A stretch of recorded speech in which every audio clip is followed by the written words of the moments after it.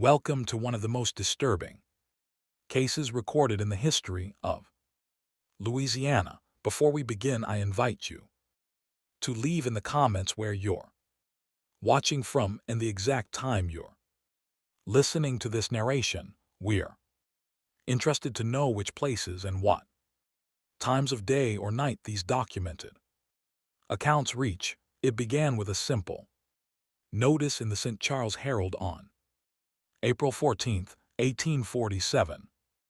A small column nestled between advertisements for cotton gins and medicinal tonics read, "Missing Mrs. Evelyn Duval, wife of plantation owner Gerard Duval, last seen on the evening of April 10th, reward offered for information leading to her safe return." What seemed at first to be a routine disappearance would unravel into one of Louisiana's most disturbing cases, one that official records would later scrub clean but whose echoes still resonate through the cypress swamps of St. James Parish. The Duval plantation stood proud along the Mississippi River, a two-story white mansion with 12 imposing columns stretching across its facade. On the surface, it represented everything the antebellum South celebrated: wealth, stability, and a rigid social order. According to parish records, Gerard Duval had acquired the plantation in 1839.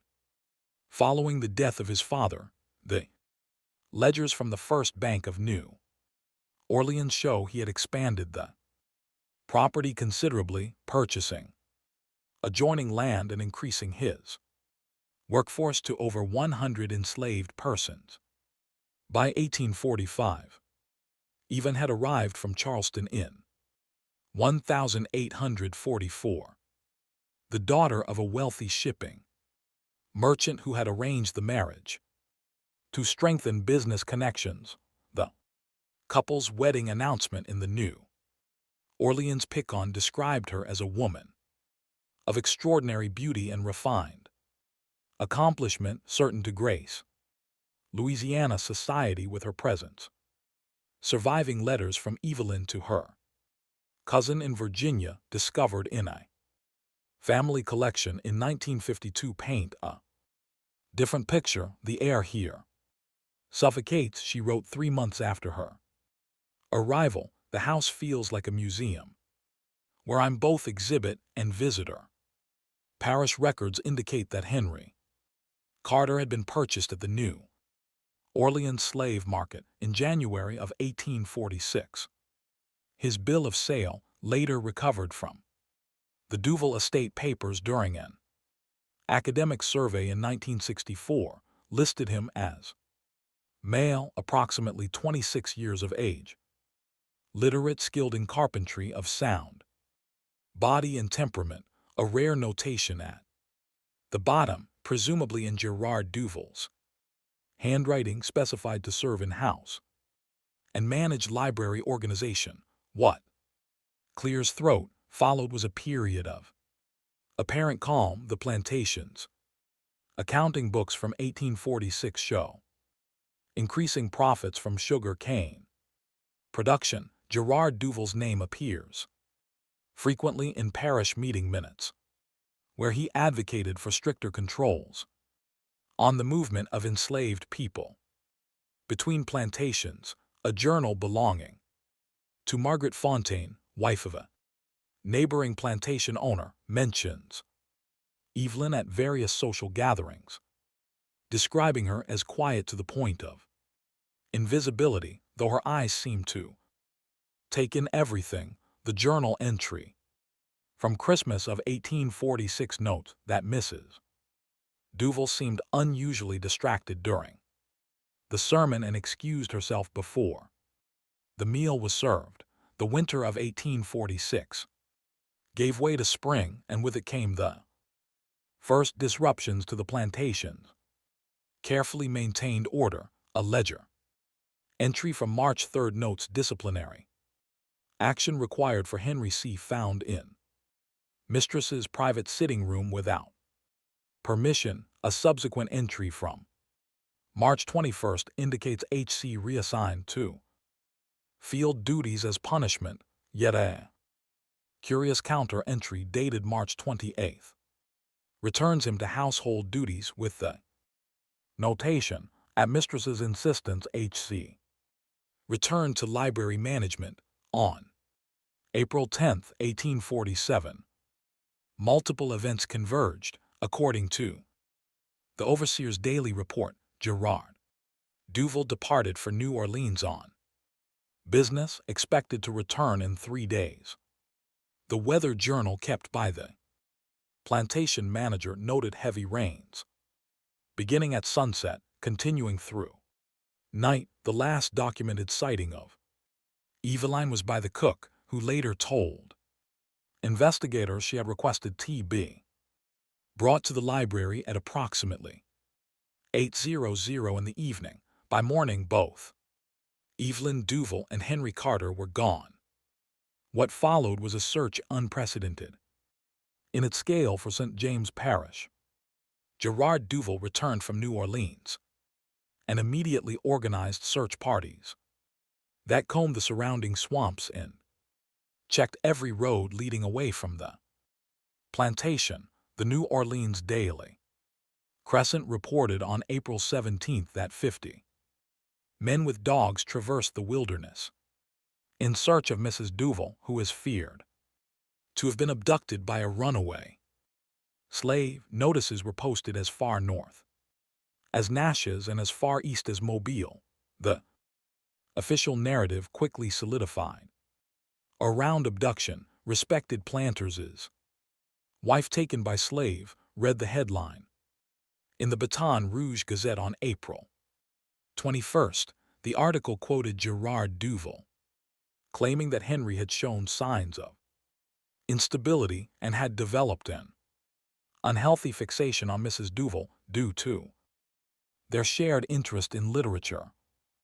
Reward notice published in multiple Southern newspapers offered $1,000 for the return of Mrs. Evelyn Duval and the capture, dead or alive, of the Negro man, Henry, who has taken her against her will. Yet contradictions emerged almost immediately. A statement given to parish authorities by Rachel, an enslaved woman who served as Evelyn's lady's maid, noted that mistress had been packing a small valve for several days, adding items gradually so as not to draw attention.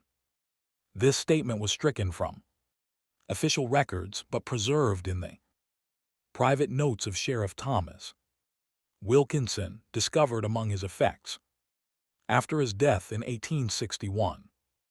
More tellingly, an inventory conducted of Evelyn's belongings revealed the absence of not only clothes and personal items but also of several books from the library, including copies of Voltaire and Rousseau that parish records show had been ordered from New Orleans. The previous autumn, Gerard Duval insisted these items had been taken by Henry as further evidence of his crime. As the search extended into its second week, a riverboat captain reported seeing a white woman and a Negro man boarding his vessel at a small landing 10 mi downriver from the Duval plantation on the morning of April 11th. According to his statement, they had purchased passage to New Orleans, where they disembarked and disappeared into the city. When questioned about their behavior, the captain reported that they spoke little but sat closely together, and the woman wore a dark veil throughout the journey. When asked directly if the woman appeared to be under duress, the captain's response was, reportedly, no more than any woman traveling with a man. The trail went cold in New Orleans, despite extensive searches of the city, particularly in areas known for harboring runaways and free people of color. No further confirmed sightings emerged. A rumor circulated that they had boarded a vessel bound for Haiti, but shipping Records from the period show no passengers matching their descriptions. As weeks stretched into months, the public narrative began to shift. The Picayune published an article in June, suggesting that sources close to the Duval household indicate the marriage had been troubled from its inception and hinting at cruel treatment that may have driven Evelyn to flee. Gerard Duval responded with threats of legal action, and subsequent coverage retreated to the abduction narrative. By autumn, the case had largely disappeared from public discussion. Gerard Duval sold the plantation in December of 1847 and returned to France, where his family had roots. Parish records show he cited unhappy memories as his reason for departure. The plantation house itself burned to the ground in 1849, attributed to a lightning strike. Local rumors suggested arson, though no investigation was ever conducted. The case might have remained buried in obscurity had it not been for the discovery of a curious document in 1958. During renovation of an old townhouse in the French Quarter, workers found a sealed tin box hidden within a wall cavity. Inside was a journal, damaged but partially legible, bearing the inscription "Property of Ede." The journal was turned over to Chilean university historians, who dated it to the mid-9th century based on the paper composition and ink analysis. Only fragments of the journal remain readable, but they paint a startling picture at odds with the official record. One entry, presumed to date from early 1846, reads, "G treats his books with more tenderness than he has ever shown me. The new man H understands their value as well and speaks of authors I had not expected anyone here to know." A later entry continues, "H and I discussed Rousseau today when G was occupied with the mill machinery. He has learned through paths I cannot imagine, acquiring knowledge despite every barrier erected against it. By winter of 1846, the tone shifts. The way G looks at H when he thinks I do not notice, with suspicion, with malice I fear what may come. And later, G struck me today when I protested H's reassignment to the fields. Said I had become too familiar with the slaves. If only he knew the thoughts that now occupy my mind." The final legible entry, undated but presumably from early April 1847, is the most revealing. "We have agreed, when G goes to New Orleans, the riverboat at dawn, H says there are people in the city who can help us reach Philadelphia. I take only what cannot be replaced. My heart races with fear and something else, perhaps the first true hope I have felt since coming to this dreadful place." The journal's discovery sparked renewed interest in the case among historians specializing in antebellum Southern society.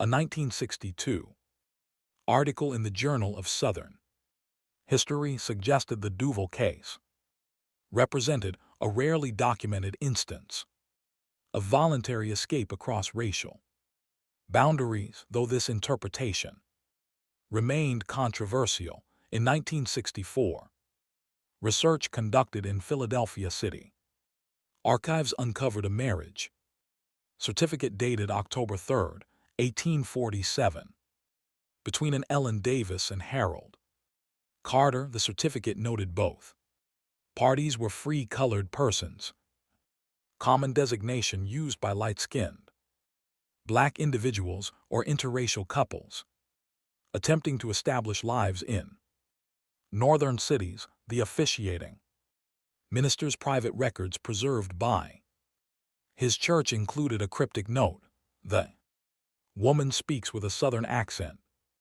despite claiming Charleston birth. Husband protective watches door." Throughout ceremony, fear evident tax. Records show that Harold Carter established a small carpentry business in Philadelphia's 7th Ward, an area known for its free black community. The business operated until 1853 when city directories indicate the Carters relocated possibly to Canada following the passage of the Fugitive Slave Act. No further official records of the couple have been found. In 1857, a brief item appeared in the New Orleans papers reporting the death of Gerard Duval in Paris. The notice mentioned that he died without heirs, his property in France passing to distant relatives. A single line at the end noted that he had never remarried following the tragic loss of his wife. The most disturbing evidence in the case emerged in 1966 when an archaeological survey of the former Duval Plantation site uncovered the remains of a root cellar beneath what had been the main house. Among the charred debris were found 3 small items: a woman's pearl hair comb, matching the style of the 1840s, carpenter's measuring tool with the initials HC scratched into the handle, and most tellingly, fragments of a letter addressed to my dearest E that appears to have been concealed in the cellar wall. The letter fragments, analyzed by paper conservators at Louisiana State University, contain several disturbing lines: cannot delay any longer, he suspects, and said today he would sooner see you dead than the letter's date is partially preserved. April 7th, 184, just days before the disappearance. What truly happened at the Duval Plantation in April of 1847? The historical record offers tantalizing but incomplete answers. Parish death records show no entry for Evelyn Duval, nor any report of human remains discovered in the aftermath of the disappearance. If Gerard Duval harbored knowledge of his wife's fate beyond what he publicly claimed, he carried it with him to his grave in Paris. Local folklore filled the gaps in the official record into the early 20th century. Residents of Satin, James Parish told stories of a well-dressed white woman and a black man in fine clothes who could sometimes be glimpsed at dusk, walking along the river path near where the Duval Plantation once stood.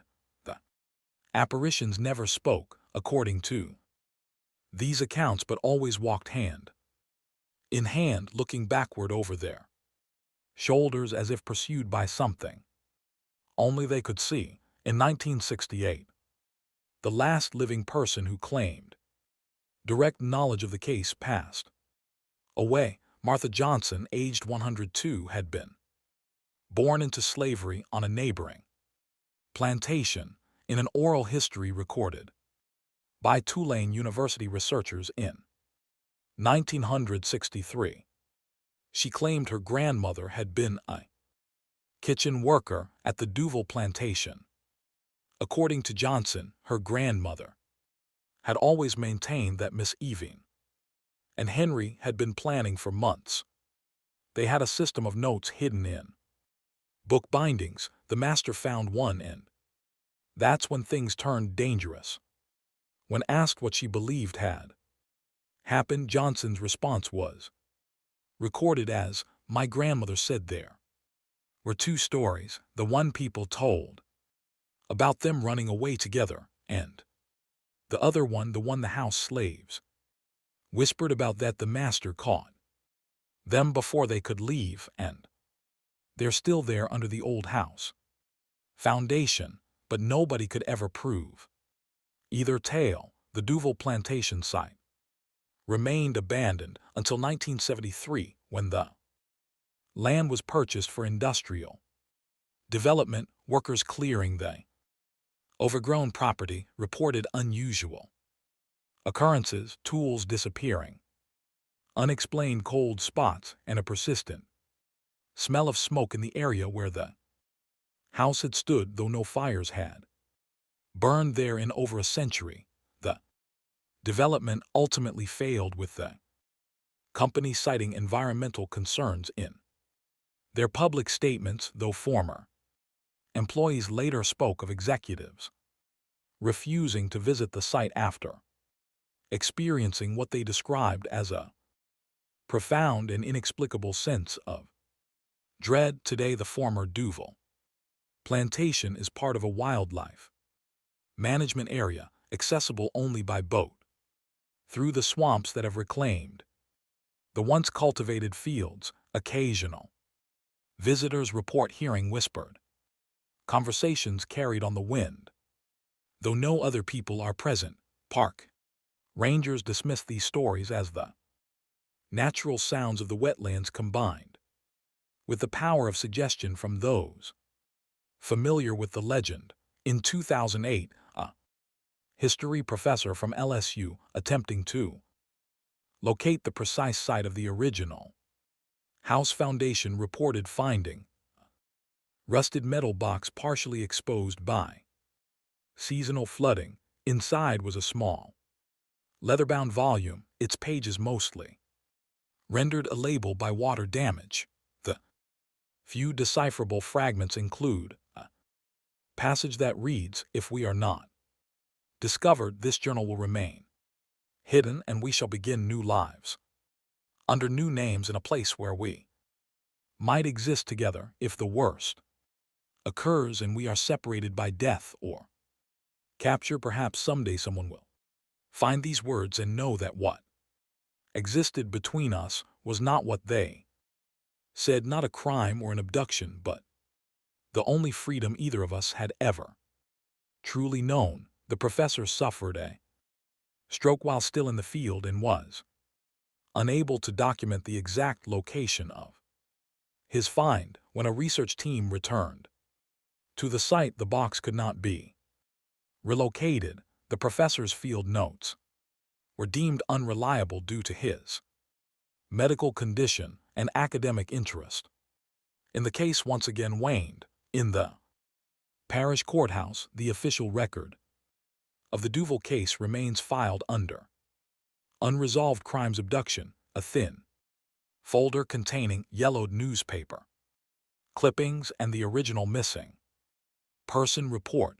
The alternative narrative of an unlikely alliance, a desperate escape, or possibly a concealed murder exists only in fragments scattered through university archives, folklore collections, and the whispered stories still occasionally told by the oldest families in St. James Parish. The true fate of Evelyn Duval and Henry Carter remains unknown. Whether they found freedom together in the North, met a violent end at the hands of a jealous husband, or exist now only as troubled spirits along the Mississippi, their story continues to echo through the heavy Louisiana air, a reminder of a time when crossing the boundaries of race meant risking everything, when the lines between captor and captive, victim and perpetrator, love and possession, blurred in the shadow of the plantation house. For those who have ventured to the overgrown site where the Duval mansion once stood, there remains a strange quality to the silence that hangs over the clearing. It is not the peaceful quiet of abandoned places, but something expectant, as if the cypress trees and tall grass are holding their breath, waiting for a story to finally reach its proper conclusion. But like so many dark chapters in our history, perhaps some conclusions are deliberately hidden, some stories intentionally left unfinished, their final pages scattered to prevent us from ever knowing the whole truth. And perhaps in this case that uncertainty is itself a fitting memorial to a woman who vanished from history's pages as completely as she disappeared from that rain-soaked plantation on an April night in 1847, and to man who history recorded only as property, yet who may have found a way to write his own ending after all. In 1979, a graduate student in anthropology conducted interviews with elderly residents of St. James Parish for a thesis on oral history traditions. 1. Interviewee William Tibito, then 87 years old, provided an account passed down through his family. According to Tibito, his grandfather had been part of the search party organized after Evelyn's disappearance. Granddaddy said they weren't really looking for Mrs.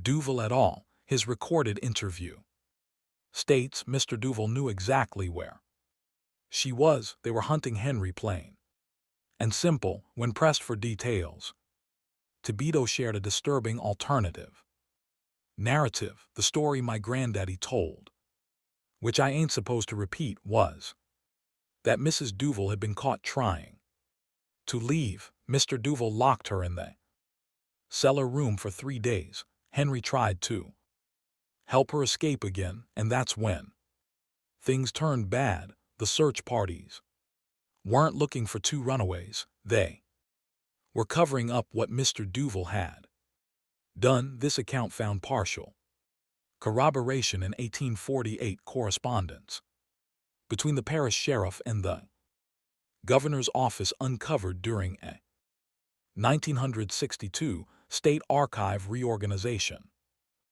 Letter marked confidential references the regrettable Duval situation and suggests that certain influential parties believe the matter is best left closed given Mr. Duval's departure from the state and the impossible complications that would arise from further investigation. A series of surveys conducted in the 1980s using early ground-penetrating radar technology detected anomalies beneath the former house site that experts identified as consistent with a root cellar or similar substructure, but no excavation was ever permitted.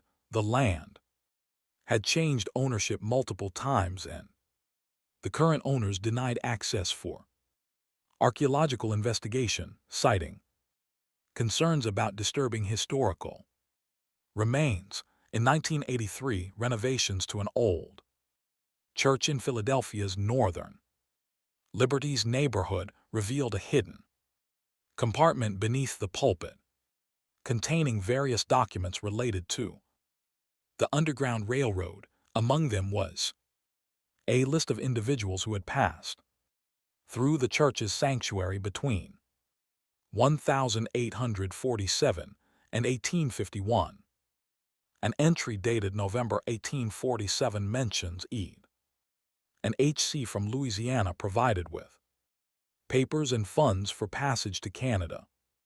Woman ill, recovering from injuries, both traumatized but determined. This document reignited interest in the possibility that Evelyn and Henry had indeed escaped north. However, extensive searches of Canadian census records and community archives in likely destination cities like Toronto and Montreal yielded no conclusive evidence of their settlement there under either their original names or known aliases. The mystery deepened in 1991 when a descendant of Gerard Duval's French relatives discovered a locked journal among family heirlooms in Paris.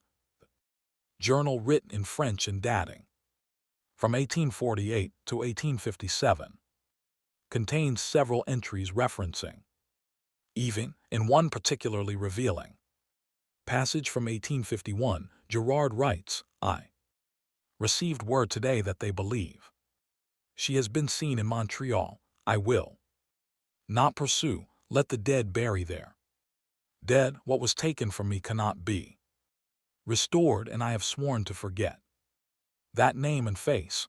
A later entry dated just weeks before his death in 1857 Reads more ambiguously, I dreamt of Louisiana again, the house in flames. Her voice calling from below, I wake.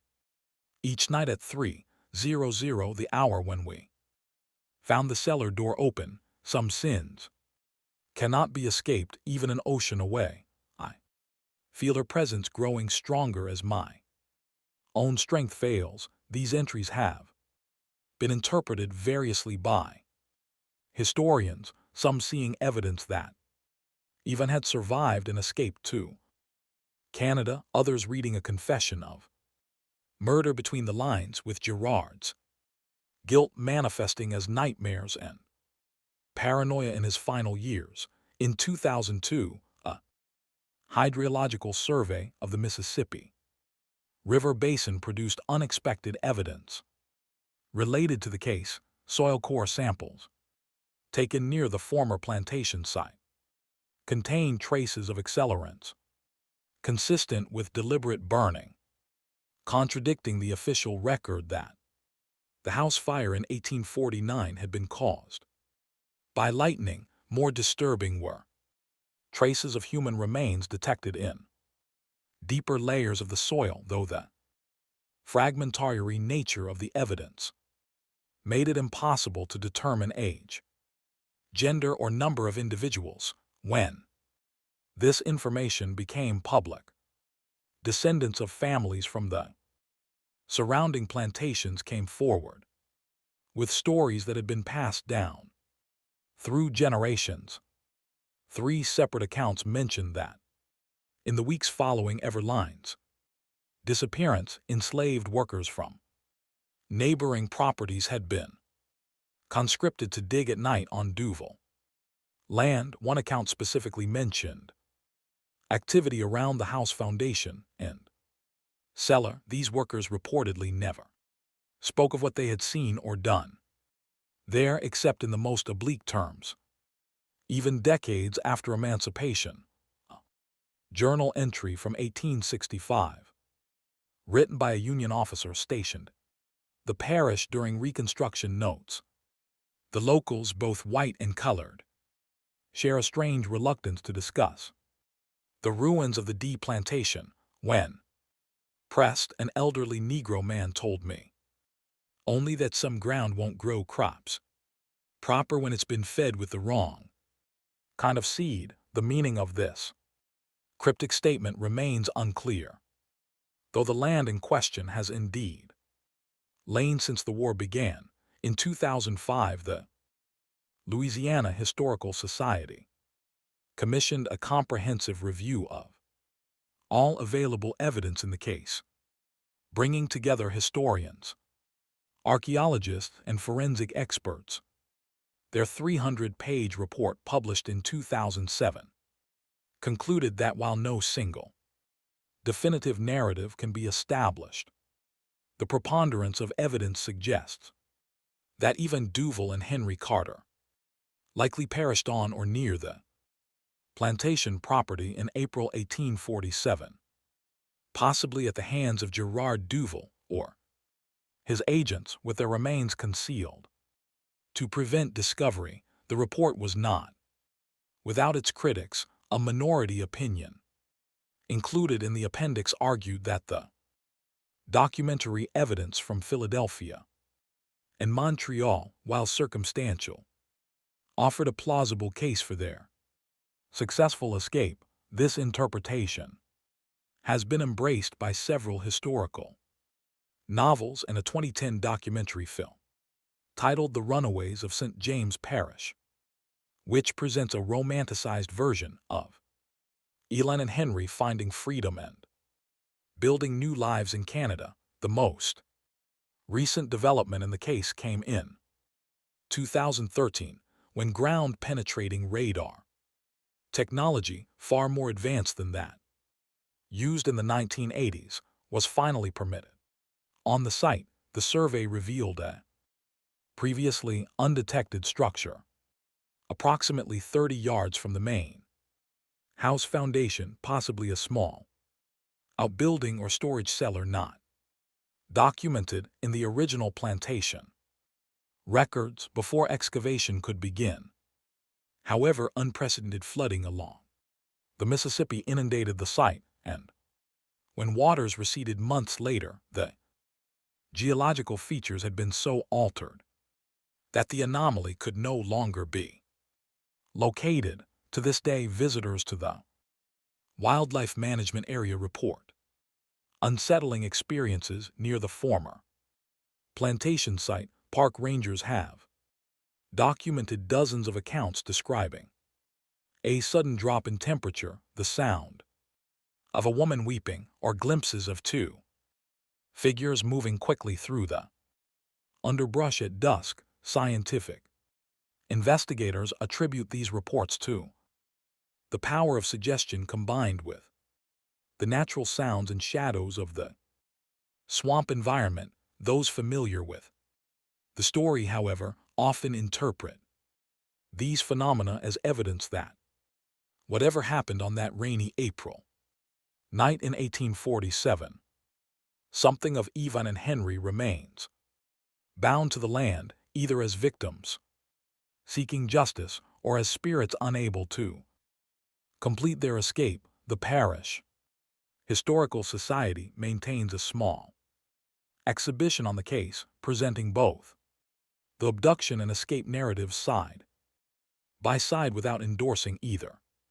Conclusion: the display includes a reproduction of Evelyn's portrait from the Duval family collection in France, showing a young woman with dark hair and a solemn expression, her eyes seeming to look beyond the painter towards something in the distance. Beside it hangs a blank frame where Henry's image would be had any survived, a stark reminder of how completely enslaved individuals could be erased from historical record, their stories left to be pieced together from fragments and omissions. In 2018, a historical fiction author researching the case discovered a curious document in the archives of a small museum in Montreal, dated 1862.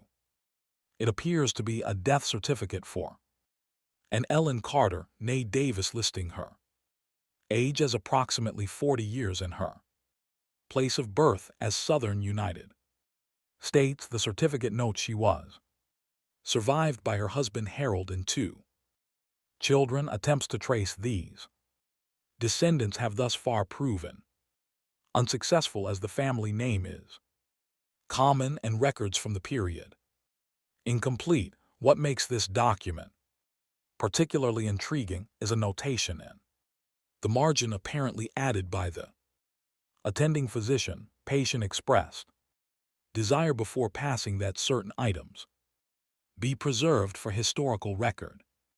Include journal and pearl comb. Husband adamant these remain private, respected. His wishes as promised to deceased. No such items have ever surfaced in Canadian archives. Did Evelyn and Henry escape to build new lives together, carrying their secrets to their graves? Did they perish at the Duval plantation, victims of the violent social order they had attempted to defy, or does the truth lie somewhere in between these narratives? Perhaps an initial escape, followed by capture and return, or one escaping while the other perished. The case remains officially unsolved.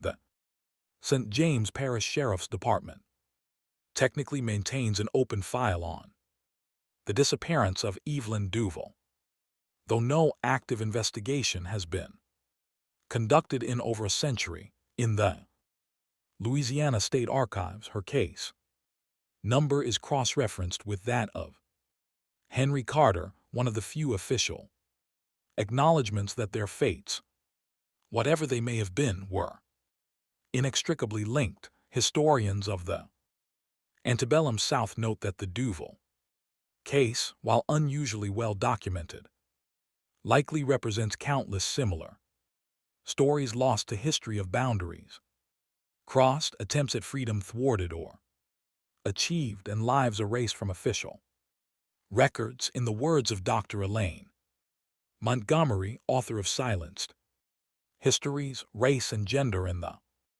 Antebellum South, The Story of Evine, and Henry exists in the liminal space, between documented history and folklore, between what could be proven and what was known but never written, between the official narrative that maintained social order and the whispered truths that subverted it. Perhaps the most poignant interpretation comes from a poem published anonymously in a Montreal literary journal in 1870, titled simply E and H, while no direct connection to Yvonne and Henry can be established.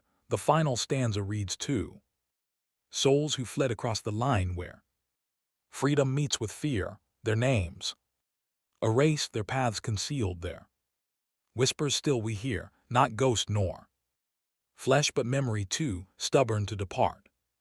The truth lies buried not in earth but in the human heart, on moonless nights, when the Louisiana air hangs heavy with moisture and the cypress trees stand like sentinels along the swamp's edge.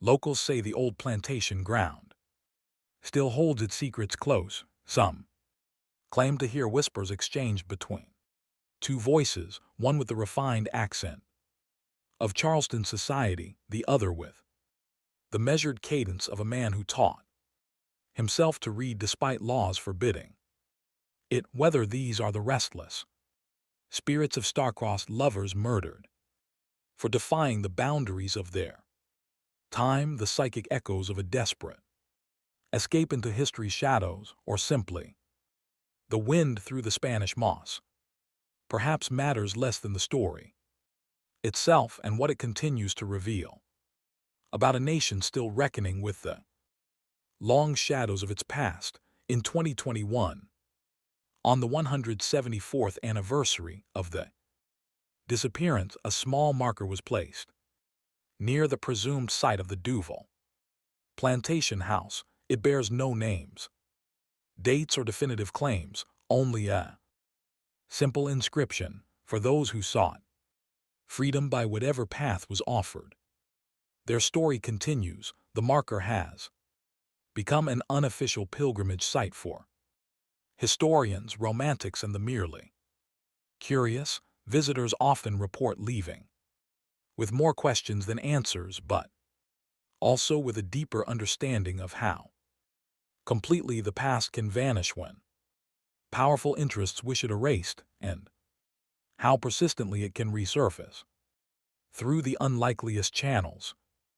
Fragment of journal: a carpenter's tool, a pearl comb, a whispered story, a name on a passenger list, a notation in a margin. As for the final truth of what happened to Evelyn Duval and Henry Carter on that rainy night in April 1847, perhaps it is fitting that the mystery remains. In its uncertainty lies the perfect reflection of a nation still struggling to reconcile its founding ideals with its historical realities, still unearthing stories deliberately buried, still listening for voices long silenced but never truly gone. Some say that if you stand at the edge of what was once the Duval property on April 10th, as evening falls and the first drops of spring rain begin to fall, you can hear them still,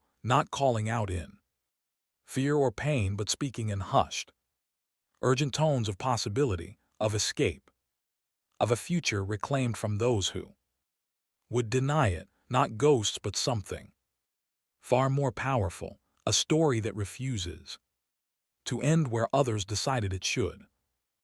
Truth that continues to emerge fragment by fragment into the light.